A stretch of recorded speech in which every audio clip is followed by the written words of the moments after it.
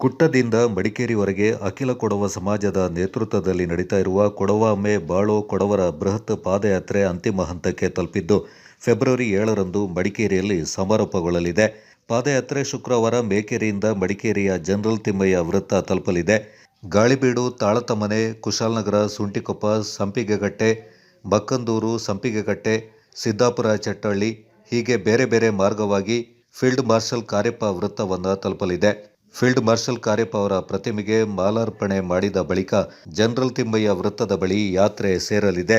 General Thimmaiah ವೃತ್ತದಲ್ಲಿ ಸಮಾಗಮವಾಗುವ ಎಲ್ಲ ತಂಡಗಳು ಒಟ್ಟಾಗಿ ಸೇರಿ ಮಡಿಕೇರಿಯ ಮಂಗೇರಿರ ಮುತ್ತಣ್ಣ ವೃತ್ತ, ಅಜ್ಜಮಾಡ ದೇವಯ್ಯ ವೃತ್ತ, ಕೊಹಿನೂರ್ ರಸ್ತೆ, ಎಸ್ಬಿಐ ಚೌಕಿ, ಜೂನಿಯರ್ ಕಾಲೇಜು ರಸ್ತೆ ಮಾರ್ಗವಾಗಿ ಸಾಗಿ ಮಡಿಕೇರಿ ಜನರಲ್ ತಿಮ್ಮಯ್ಯ ಕ್ರೀಡಾಂಗಣದ ಬಳಿ ಇರುವ ಕೊಡವ ಸಮಾಜ ಮಂದ್ನಲ್ಲಿ ಸಮಾವೇಶಗೊಳ್ಳಲಿದೆ.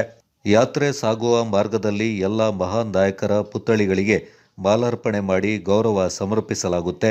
ಮಂದ್ನಲ್ಲಿ ನಿಂತು ಸರ್ಕಾರದ ಪ್ರತಿನಿಧಿಗೆ ಬೇಡಿಕೆಯ ಮನವಿ ಪತ್ರವನ್ನು ಸಲ್ಲಿಸಲು ಅಖಿಲ ಕೊಡವ ಸಮಾಜ ಹಾಗೂ ವಿವಿಧ ಕೊಡವ ಸಂಘಟನೆಗಳು ನಿರ್ಧಾರ ಮಾಡಿವೆ. ಪಾದಯಾತ್ರೆಯಲ್ಲಿ 15ರಿಂದ 25 ಸಾವಿರಕ್ಕೂ ಹೆಚ್ಚಿನ ಮಂದಿ ಸಮಾವೇಶಗೊಳ್ಳುವ ಸಾಧ್ಯತೆಗಳಿವೆ. ಪೊಲೀಸ್ ಇಲಾಖೆಯಿಂದ ಬಿಗಿ ಬಂದೋಬಸ್ತನ್ನು ಏರ್ಪಡಿಸಲಾಗಿದೆ.